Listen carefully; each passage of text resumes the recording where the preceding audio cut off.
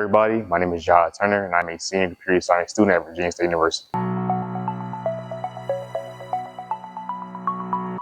This summer, I interned at VCU in the InfoSec team as a security architect and operation management intern.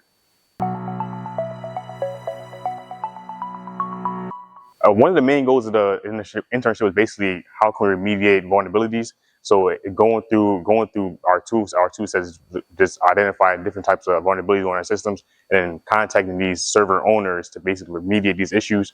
Also set up the architecture such as setting up our cloud, such as AWS, or setting up some type of solutions or automations in our SIM platforms. Something I learned is definitely communication is a big thing, because I feel like this is more so of a hands-on type of internship rather than like, I think it's not as social, it's more hands-on based. So I would think you definitely got to communicate with the people you're working with if you don't understand something. I think, so me personally, I'm very new to like the cloud environment, so I definitely had to reach out to a lot of people to basically understand some infrastructure or how to do certain things. When you run into issues, Google,